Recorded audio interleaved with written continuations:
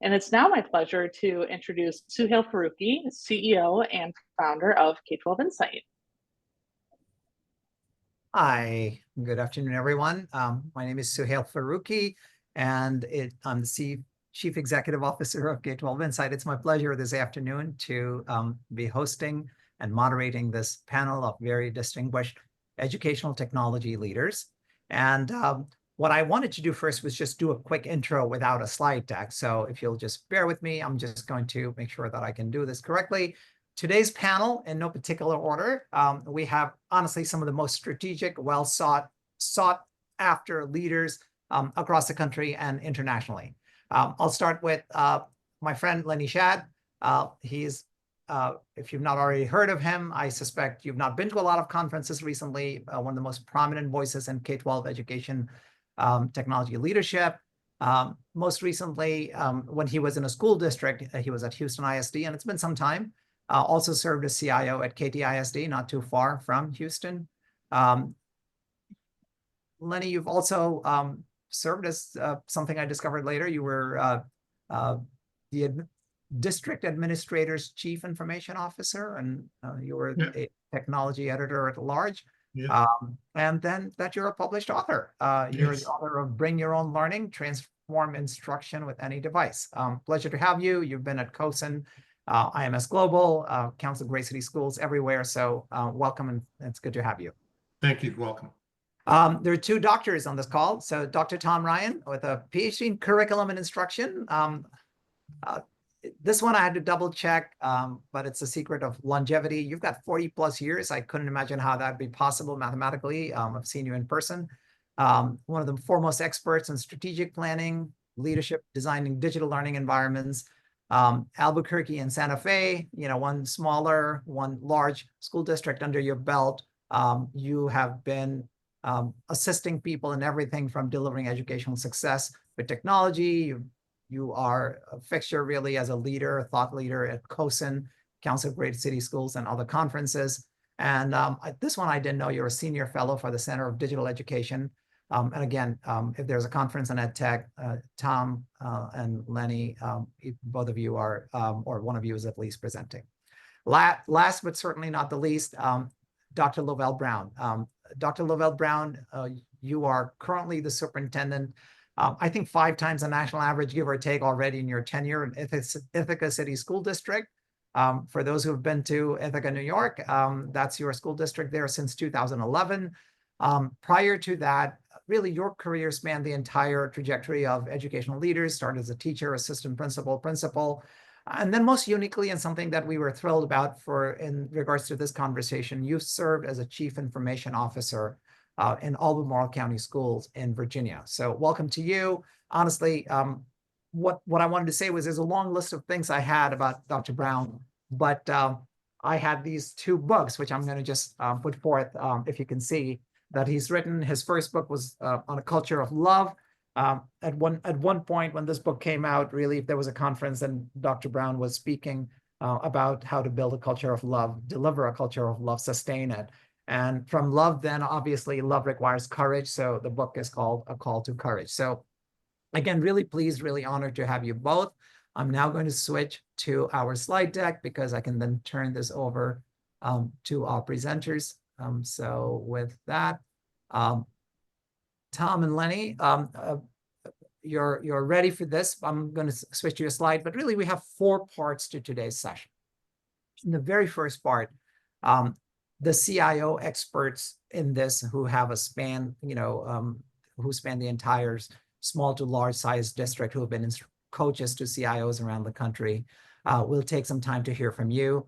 We'll do a Q&A with Dr. Luvelle Brown, in which the 3 of us will really seek his advice on really the transition in leadership and really what the landscape looks like today. And then I will take some time to talk about some of the work that K-12 Insight is doing in this field. So with that, then Tom and Lenny, I'll turn it over to you. That's your first slide. All right. Thank you. Thank you for the introduction. Way too long on the bios. We want to focus on this content. And I'm going to start this off, and I just want to set the stage a little bit.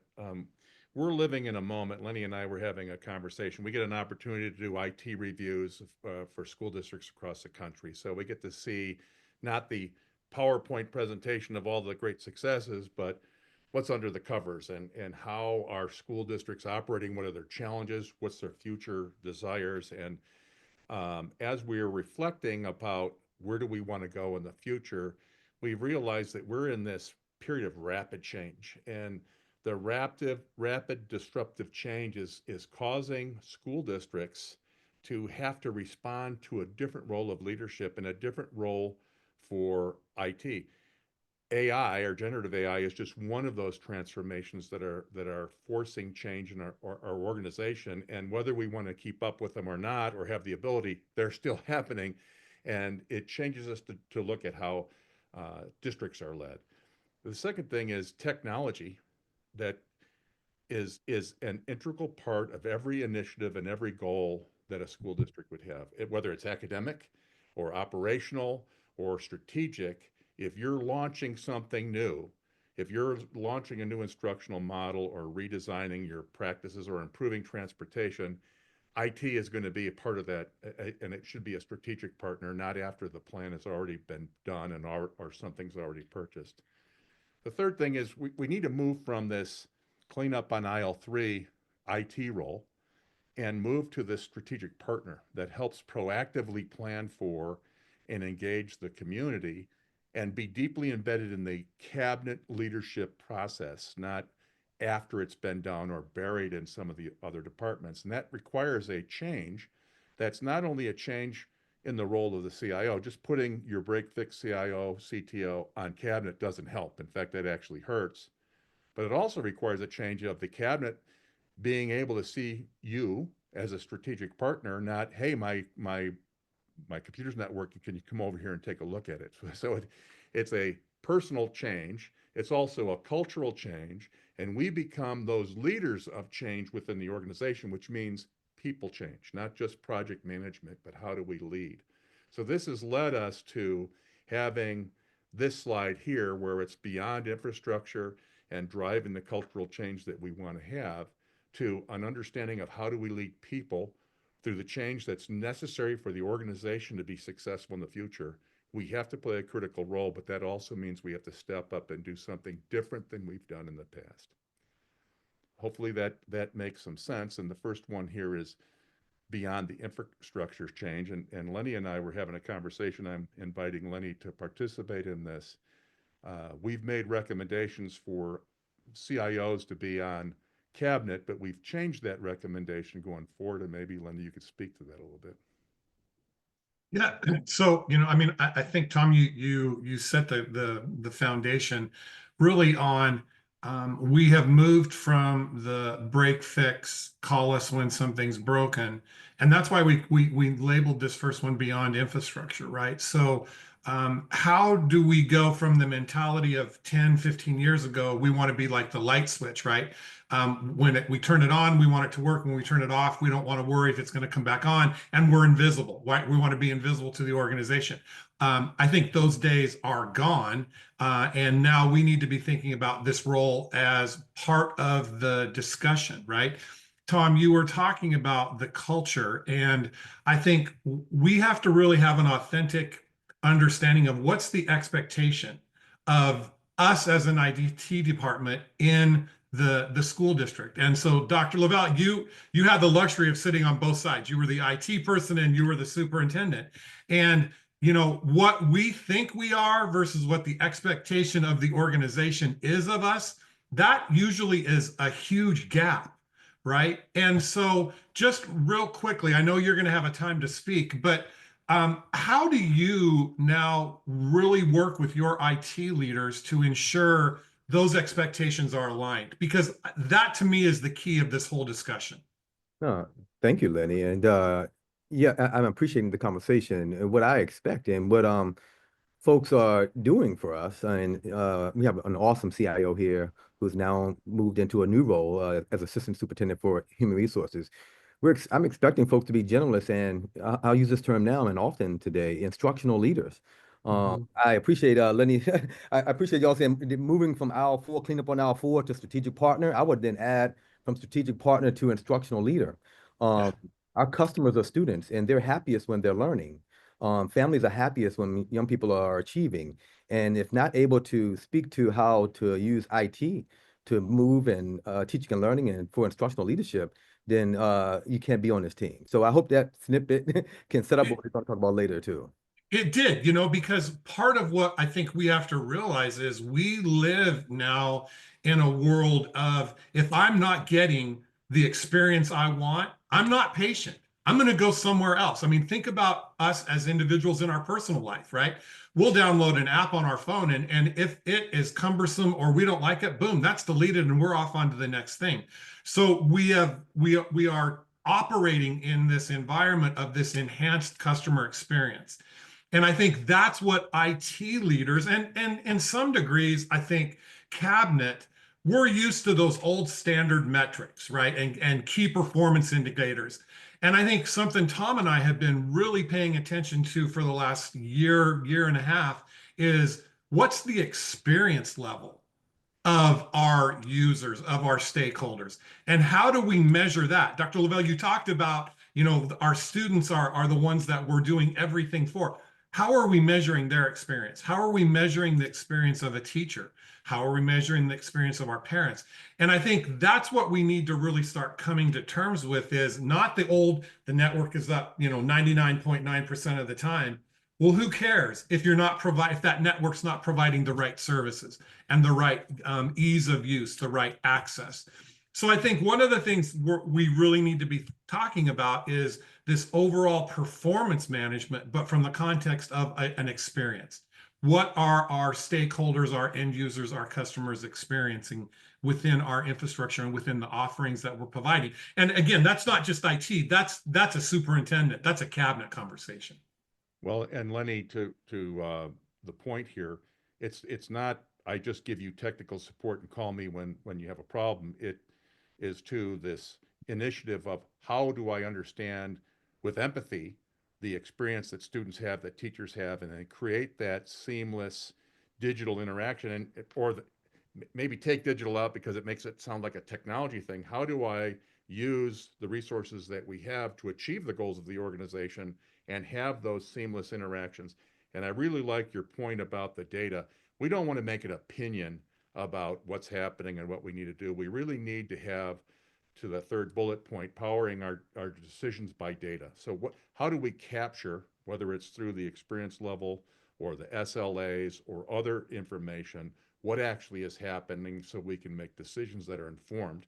And you can't put AI in if you don't first get your data side into good shape. And then and data doesn't lie. I mean, this was something Dr. Terry Greer, who I worked with in Houston, you know, this is what Terry said all the time, is data doesn't lie. So we're going to operate from fact. We're going to operate from what the data is telling us, good, bad, or indifferent. We have to be willing to call our baby ugly, right? And so, and if it is, it is, and we're going to work to get better. So, you know, again, I think as IT, we have to help educate those people to understand how they need to leverage data, how they can access data, right? So we're not just providing the tool, but now we're helping the district think around strategically, how do we help our workforce become better advocates and users of data, not just give me a report, right? And so this is another area. And the last one we've kind of talked about, the culture. The culture and the expectation of what we are in now, what we have been in now, and how do we help change that expectation to one of, I want to be a strategic thought partner. So that's kind of the foundation of what our conversation is going to be built on, and what we want to talk about. So Suhail, if you want to go to the next slide. You know, we've been having lots of conversations with superintendents and with this group of panelists, and there were three big bucket areas of major thoughts that are keeping superintendents up at night. And so we wanted to just touch on these from the start. I'll start with the first one, declining enrollment. K-12 now has a lot of competition out there. And to the point we talked about on the previous slide, parents and students are demanding excellence. They're demanding access. They're demanding the timely instruction, the right instruction for their kids. And as K-12, we now have to really understand and embrace the concept of we're in competition. And so if we're in competition with the private schools and the home schools and all of these networks that are now popping up, we have to make sure that we're looking at the best opportunities, the best infrastructure, the best instruction, right? I love Dr. Villa. I love what you said.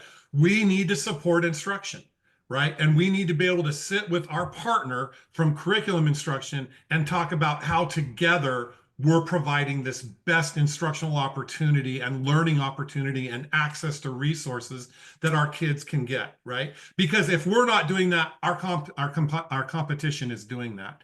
So from an IT perspective, this is how we start to get out of, well, I gave them a computer. Tom and I were talking. The saddest thing I heard coming out of the pandemic when I talked to superintendents about what great things did your IT department do, the majority of those conversations, well, they gave out devices. And IT did so much more than that, right?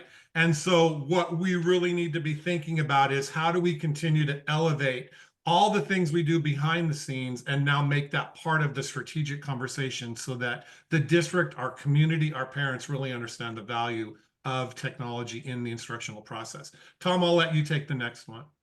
Well, just because we're quick, and I really want to hear our superintendent's comments because I think they're extremely valuable. So quickly on the transparency, I think in this idea that we're a strategic partner, there's also the role of the functional partner, the lead. And too often we have IT implementing these systems, they stand them up and they walk away because and then the functional side doesn't understand or how to take ownership of those systems. So in this building public transparency, it's identifying that we need data to drive our decisions and that we need both a strategic partner and a functional owner for those systems. So a data portal would be more than just IT standing up a bunch of graphs and charts. It means changing the culture of how do I use this data to improve teaching and learning, personalizing instruction, or giving divisional leaders the tools to make decisions that are based on and built upon this sound data infrastructure. And that our other role is how do we allow workflow to be improved and streamlined so that we can push more money and more resources into our academic side of the organization and still maintain improved efficiency and streamlining those processes. And the only way that happens is to start to bring these systems and governance of these systems together in a way that's going to allow the district to achieve its goals rapidly and also allow us to put the majority of our investment into that classroom where kids are learning. If you want to go to the next slide. So before you go, sorry, Dr. Brown, would you add anything else to that list? Right? I mean, we kind of big bucketed it, right? So the enrollment, the board and district transparency, would you add anything else onto that list? I think I'll just underscore, and I think I heard it, customer service. And that's the beauty of being on this call today with K-12, who is an expert and a master at helping us with customer service. So just the overall theme of customer service and two-way communication and dialogue using our tool. Yeah. Perfect. And so before you leave, I guess these three things, to your point, Dr. Brown, this is around customer service. This is around performance management, performance tracking. And so that's what we want to continue to build on, just to keep the through line of this conversation. How are we now tracking these things that we know we're being evaluated for? All right, perfect. You can go to the next one. Perfect. All right, Tom. Yeah, this is the model that we use. It's not, we didn't invent it. These are things that we know. Making sure that everybody understands what the problems are and getting feedback from the stakeholder, not the opinion of IT of why there's a problem or another person, but that we have data that shows where our service gaps are. Then defining where do we really want to be. Too many times I see district leadership starting with the solution. Here's the solution. And they haven't really defined the problem and they don't have data that the problem exists or what the future. They just jump to solving it and then they end up getting farther down the process and then finding out, whoops, maybe this wasn't the problem we needed to solve. So identify the problem, use data to identify what your current state is and make sure that you get the perspectives of the stakeholders, because if they're not at the table, then you're not giving them a solution. defining the future state, again, with input from your key stakeholders about what that should be and how do we take away those pain points and how would we measure success. And then finally, this roadmap that this is the part that my academic friends, this isn't an area, we don't go through our educational background with understanding how to implement projects and how to do this step-by-step process of improvement. We haven't identified how do we do key performance indicators, really good at setting goals, but we don't set what are the data that I'll be using to make sure that I'm on track to make that goal and make sure that they're defined in ways that leadership understands and can observe what's going on and know, yes, we are making progress. And then we also have this challenge, especially in IT, of communication strategy. I don't know how many times I've talked to CIOs or staff that said, well, we sent an email, but nobody reads it. And I said, then you already know that doesn't work. Why do you keep sending more emails? Come up with a better communication strategy so that we can lead the change that's necessary. Lenny, did you want to talk anything? Yeah, just a couple things I would add on to that. You know, as Tom mentioned, we do a lot of reviews of K-12 districts. And one of the things that we continually find is misalignment of services that the IT team is providing versus services that the district needs.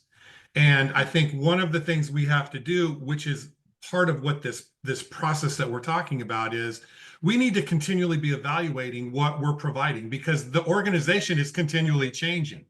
And so as the organization continues to change, so do our services that we need to be providing to the district. And so that's the first thing is I think taking the time to really look at the problem, make sure we're not just attacking a symptom, but we're attacking the root problem, gets us in that position to make sure we're doing the right thing.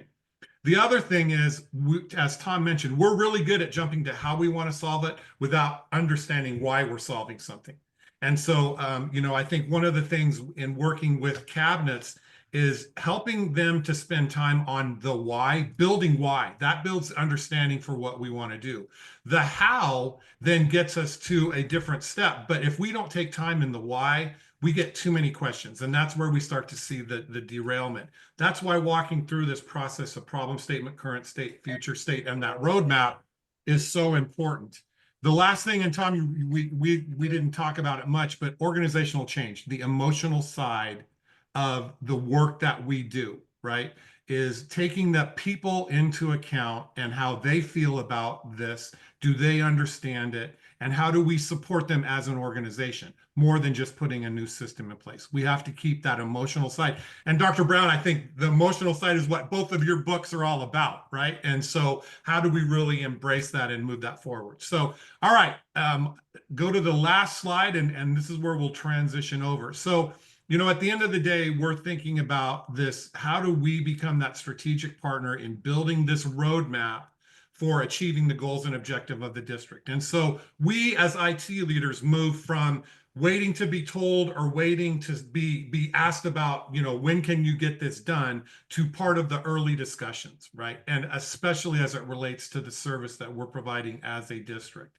And this helps us move into the areas that districts are really looking for: strategy, transparency, helping to change the culture. So now what we want to do is kind of jump into the conversation with the superintendent, who, by the way, has worn the propeller hat side of the hat, right? The IT leader. So let's jump into this conversation around how do we start to move that.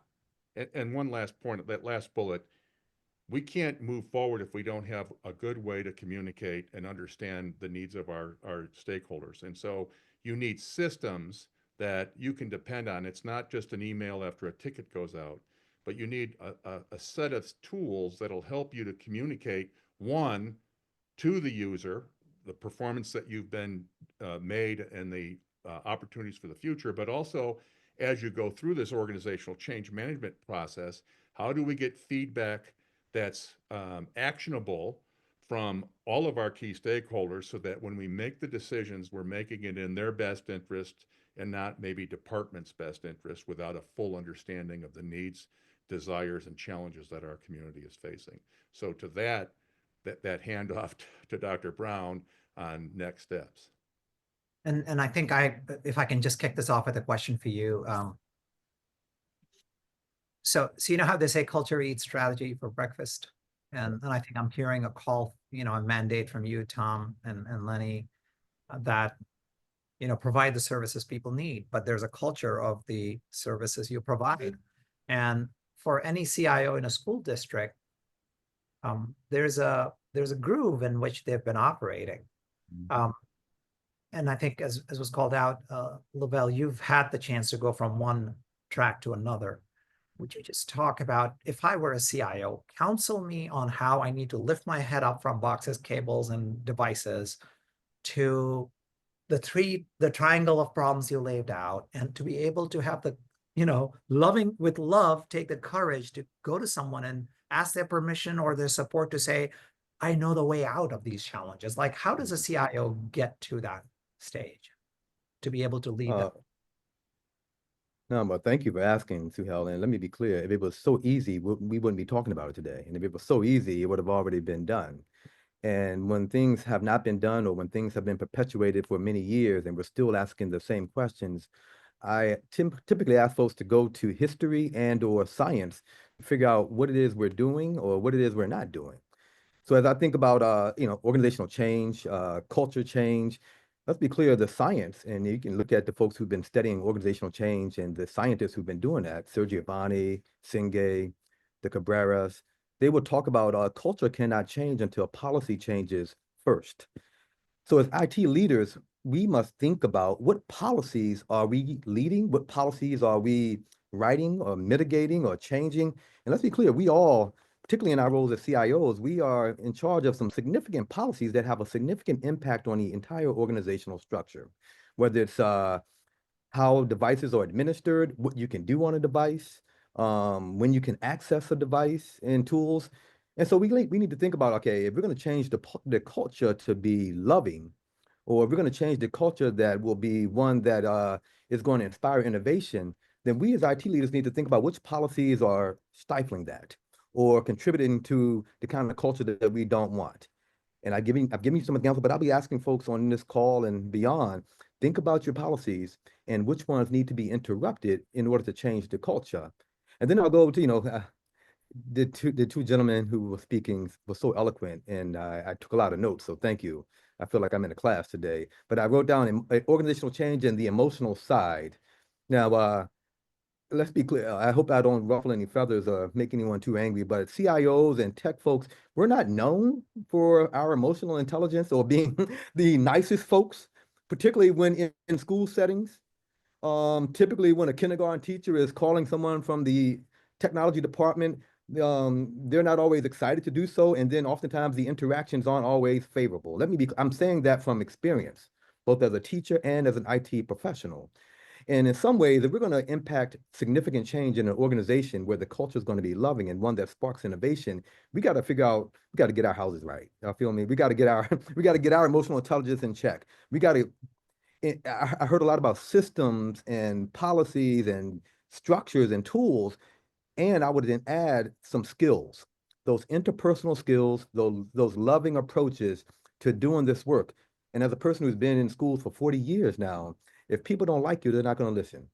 If they can't be in a space and learn with you and like learning with you or like you, then this is going to always be an us versus them type of an approach. So I hope I'm answering the question now. All of this is going to require us to understand the science and the history and to develop some interpersonal skills and emotional intelligence in order to navigate these things successfully. So I'll ask a different version of that question. Thank you. I mean, that was very, very clear.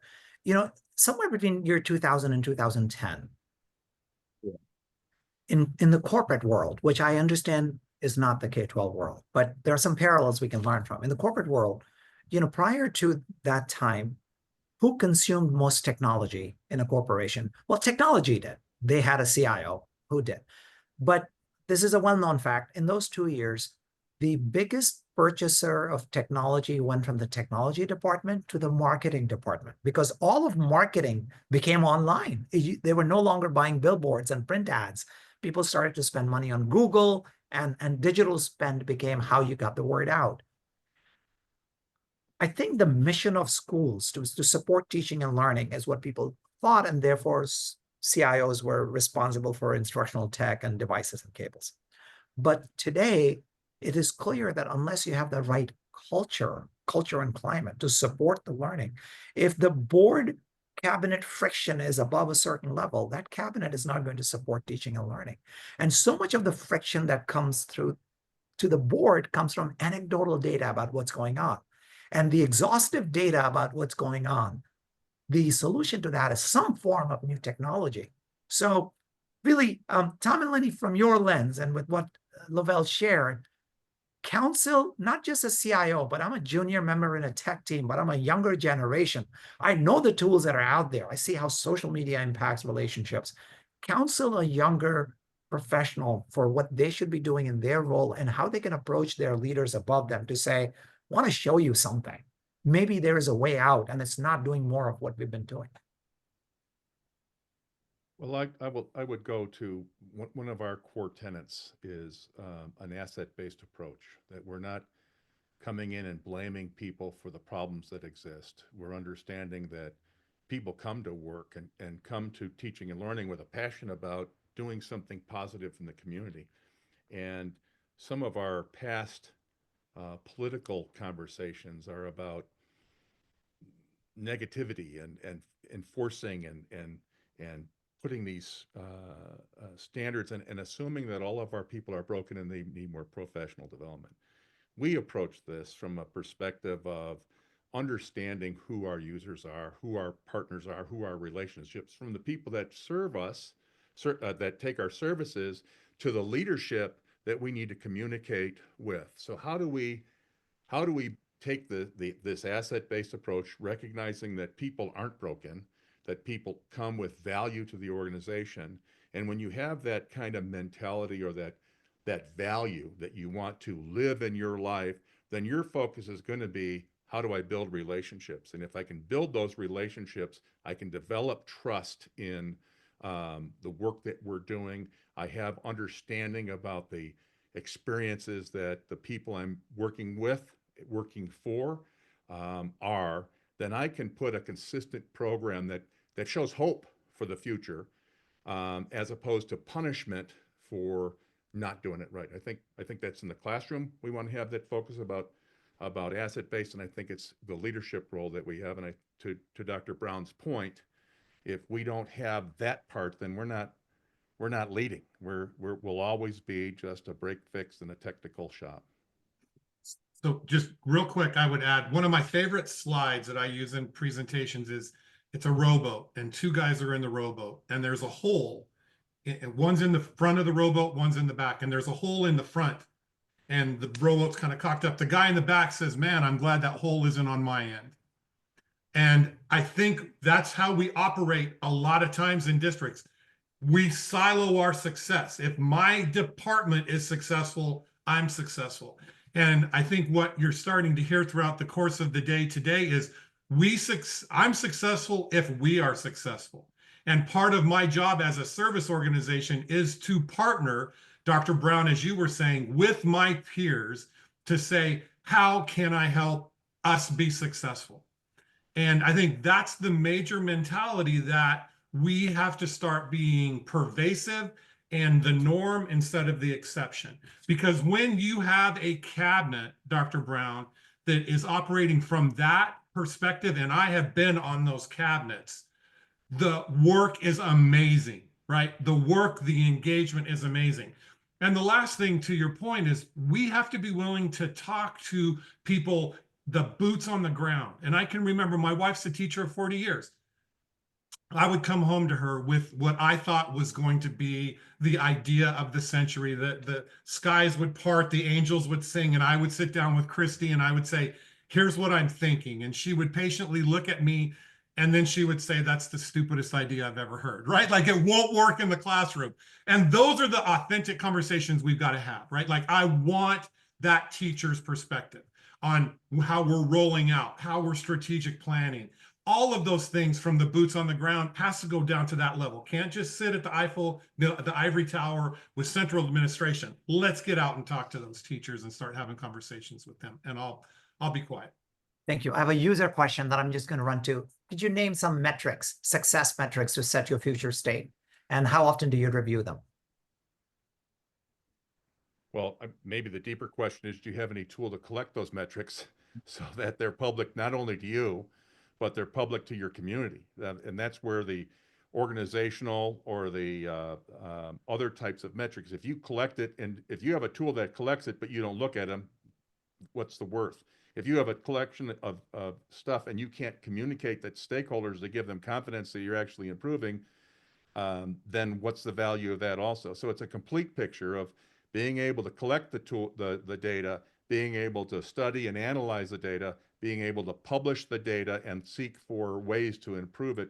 All of those are critical. And success isn't, did we solve your ticket? I don't want to be able to have a real fast ticket closure time. I want, from the end user's point, that's not a value. What's a value is the problem doesn't happen in the first place, that we've put together systems to prevent problems from happening, not just were you satisfied with the work that I did. So one thing that I would add to that is you can take any metric, especially IT. We've worked with the operations team and they're like, come on, experience level. I track uptime, I track downtime, I track bandwidth. And the only thing we ask them when they say, well, we've got 99.9% uptime. And our question is, so what? Who cares? Why is that important? What's the impact if it's 50%? And it changes that conversation. I don't care about 99%. I care about why is that important and what does that mean for a student? What does that mean for a teacher? And when they start to think in terms of that, now I'm at the experience, right? Because if I'm up 99% of the time, now here's what my teachers can do, and here's what my students can do. So get you away from that tactical number and talking about why is it important. A help desk, a principal calling in.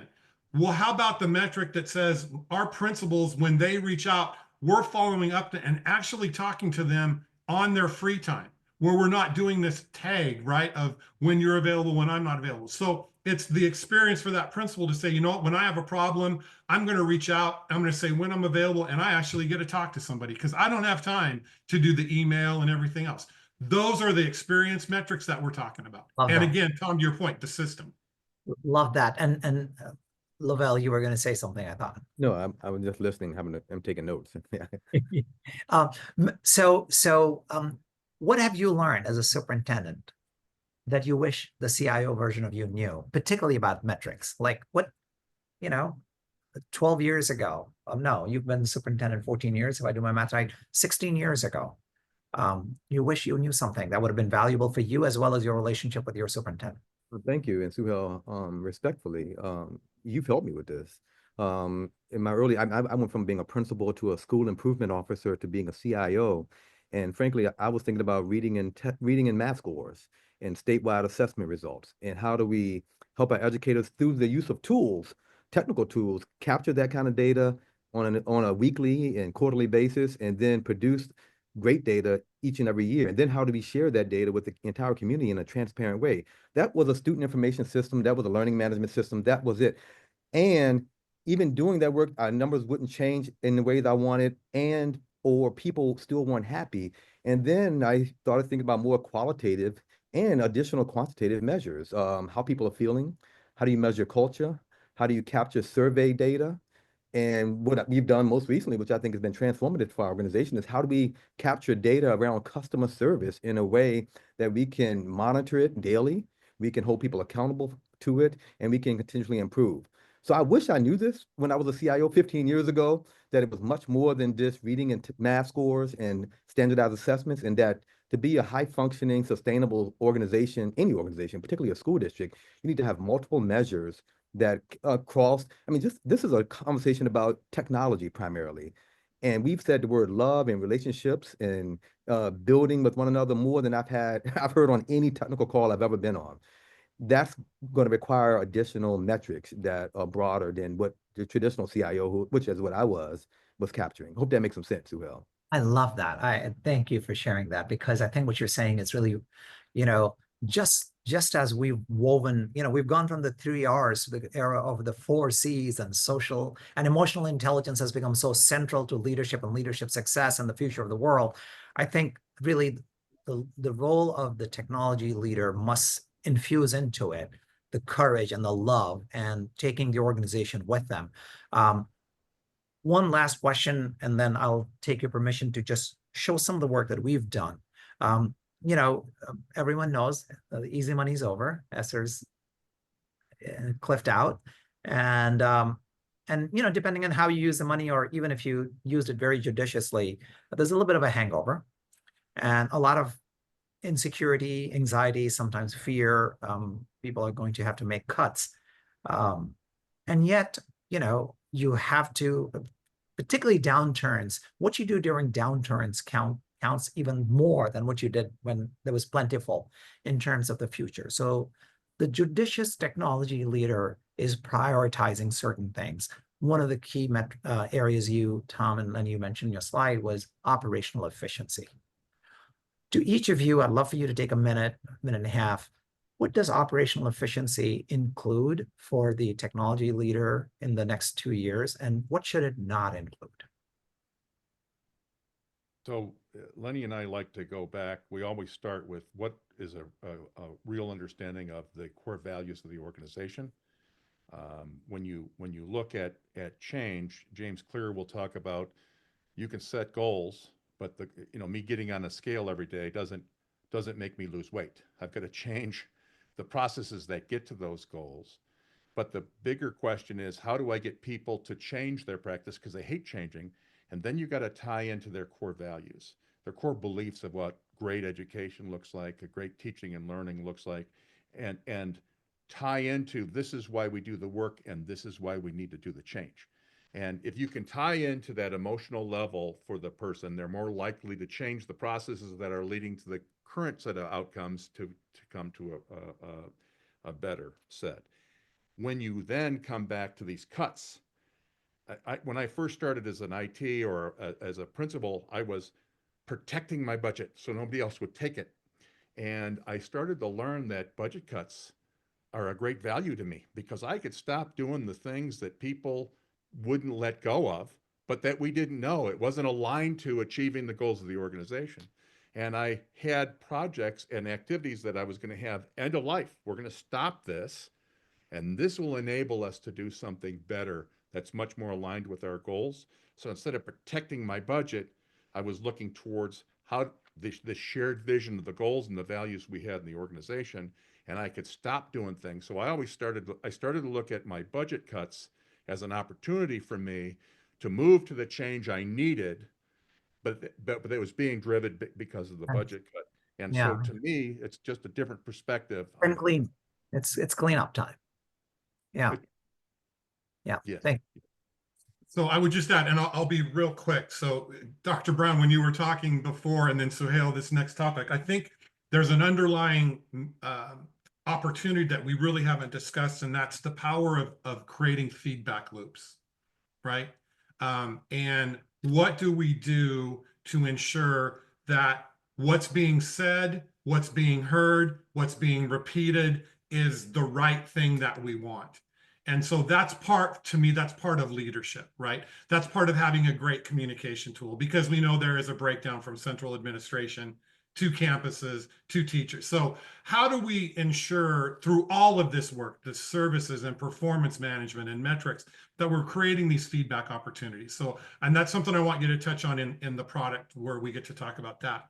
The only thing I would add on operational efficiency is I don't think as IT, we have done a good job of talking about consequences. We're really good at talking about the need and why we need something. But Dr. Brown, you as a superintendent, you have a room full of people that have needs, right? And when they're talking about budget. And so it's a really difficult process that I have great appreciation for. So what I tried to do was talk about the need, but then also talk about, and here's the implications if we don't get this. Here's the implication if we have to, don't get staffing positions. And it wasn't threat, right? Or it wasn't a scare tactic. It was so that Dr. Brown, you as a superintendent, knew the cause and effect of decisions that you were making. And we all aren't going to get everything that we need, but it sure would be helpful for you to know if we make this decision or this budget cut, we're going from every 3 days on campus to every 5 days on campus. That's okay. And that's something that we communicate. But I don't think as IT, we've done a good job about talking about cause and effect, which I think that to me is operational efficiency in these conversations. I'll go for it. Yeah, with operational, we must include opportunities for succession planning, the ability to develop generalists, the ability to have some cross training. There are fewer and fewer people going into our industry as teachers, and even fewer who are aspiring to be school CIOs and superintendents. So at some point, we got to figure out how we can support people being in this work and being good at this work. And, I would move away from the tools and the approaches to technology implementations that have forced us to judge and use data to stigmatize, sort, and select young people and schools. And early in my career, we had those tools.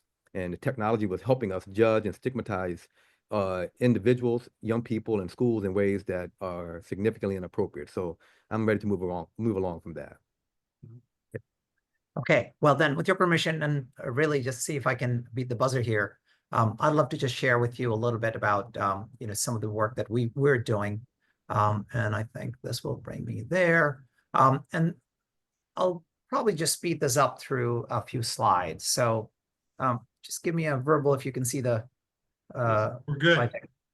So the ROI case, I'm just tying this to the last topic, which is our operational efficiency piece, because if you're going to think about prioritizing customer service because you're inspired as a result of this conversation or something else, and you want to expand really how you do customer service, then I would say somebody in the finance department or the cabinet is going to ask you why. And so if you wanted just one slide from my purse to take away, this is my slide, the triangle, which essentially, Tom, Lenny, you talked about.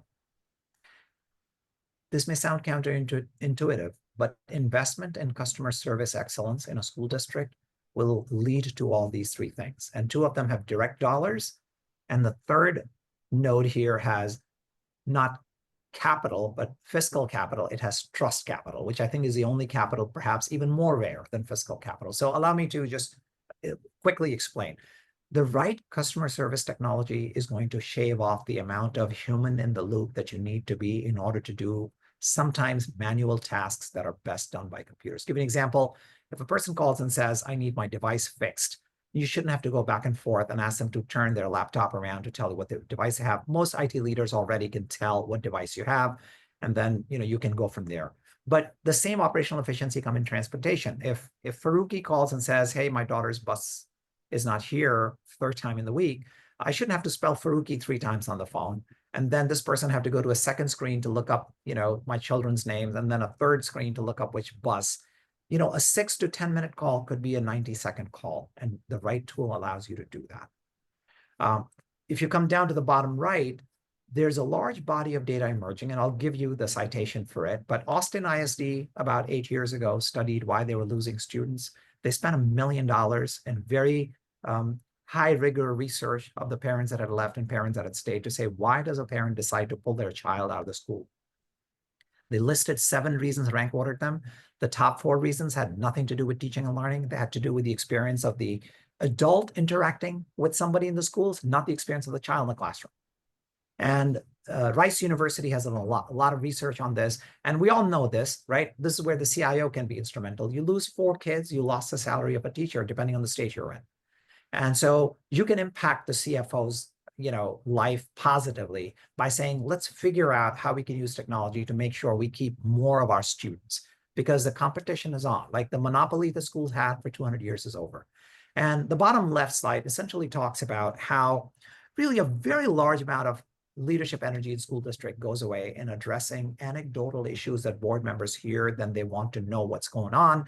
And even when you resolve it, the fact that it came through their channel means that there was a little bit of friction, and their perception of you is going to forever be through the lens of that particular episode. And if there's 3 of them a month between all your board members, and you're unnecessarily busy resolving issues that a good system would automate, And then not to mention that the relationship is intact. So good technology solution should resolve those for you.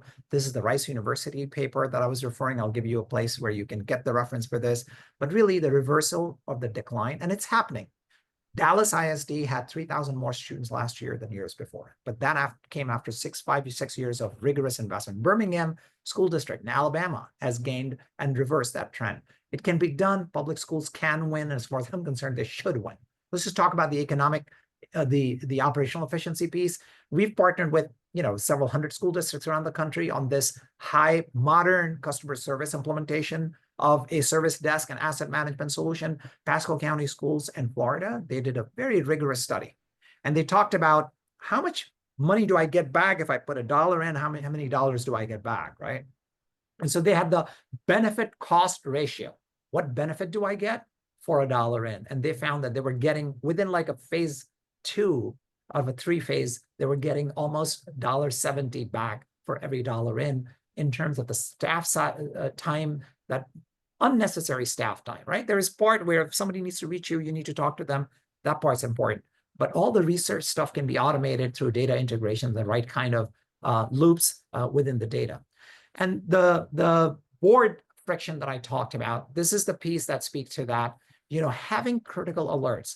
If anybody in your school district contacts anybody on an issue where the AI system says this parent might pull their child out, there's a critical alert on school choice. That's my number 2 here in our solution that we've built. You can see that. The amount of political energy being lost on the executive order on immigration, right? This system can alert you for that. So the right system will save you time, which is what I want to sort of ensure. And this was said before, currently, don't be happy that your side of the boat has a hole, not my side, because we're all in it together. The current model of service delivery in school districts is in silos. And I'm saying, I don't see which leader other than the CIO can go and say, look, there are tools out there that can create a unified service desk, which means all departments, all issues, and certainly the IT technology service and the facilities. But you can unify it. There's a lot of dollars to be saved. There's a lot better risk management. But very soon, your parents and our parents are going to expect, they're going to expect from the bottom left, they're going to expect always on customer service, which is deeply personalized. And it needs to be, to speak the IT language, enterprise-wide and enterprise grade. There are tools out there. The reason we set out to build this is because there was nobody that was doing it in a manner that was easy to implement, easy to operate, manage, and grow as your needs continue to evolve. And particularly in the context of IT, we also went out and built an asset management system, because what we found, frankly, is the solutions that were there in the marketplace were either too big or too large. There was no Goldilocks, what's needed for the school district. I remember talking to CIO who said, the commercial solution I'm using, they were using a very high-end thing, which could do a lot of the automation and stuff. But they said 80% of what's on the screen, I rarely ever use. And that's not good, which means you're paying for stuff that you're not using. So what I'd love to do is very quickly walk you through really what that transition looks like. So if you can see this is your customer portal, and each role has their own use case, right? If I'm a teacher, I can request support for myself. If I'm a teacher and one of the children in my class is having an issue, I can open that particular class. I can see all my students, and I can open a ticket for a child. And all of this is automated because things that were 5 or 6 steps and manual go away. You can have a knowledge base. You ought to have a modern chatbot, generative AI driven. You have to have an integrated telephony solution. So whether they call you, fill out a ticket, they're both in the same ticket. You can see that the conversation is recorded. You can see a transcript. You can see which devices you have on the bottom right side. You have problem management. You can see known issues, so fewer people come into it. It's time for IT leaders to modernize their service desk technology stack. The other thing that I want to show you really is it's not just true for IT. So back to the silo point, and this is Dr. Brown's school district and Ithaca City School. If I click on I need help or customer service, you pick the issue. There's a search field here. I can search for it. But look, whether it was athletics related or tied to one of the campuses in the communications department, health, safety, newly hired employees, and really everything with respect to technology is all in one place. So as Ashley Calgary from Indianapolis said, that if you create consistency of how I get service, I don't have to worry about how I get service. It's a headache for me to say, HR, payroll issue, there's an email address, there's a 4-digit extension here, there's a form to be filled out here, For some things, I have to go manually.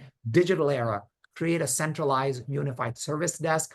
And really you can go next level. So this is Atlanta Public Schools. So I'm showing you a modern, 5,000 student district to a 50,000 student district. I can go and chat and talk to this chatbot and ask questions. I can just say, when is spring break? And it'll answer me a question. But then you don't just want to just put a chatbot. What you really want to do is give people full customer service experience. So if for some reason the chatbot doesn't know the answer to that, you can then go ahead and say, I'm looking for help with transportation. I'm just typing TRANS, and it narrows it down. I can come down with a transportation related query, and that'll allow me to ask my question.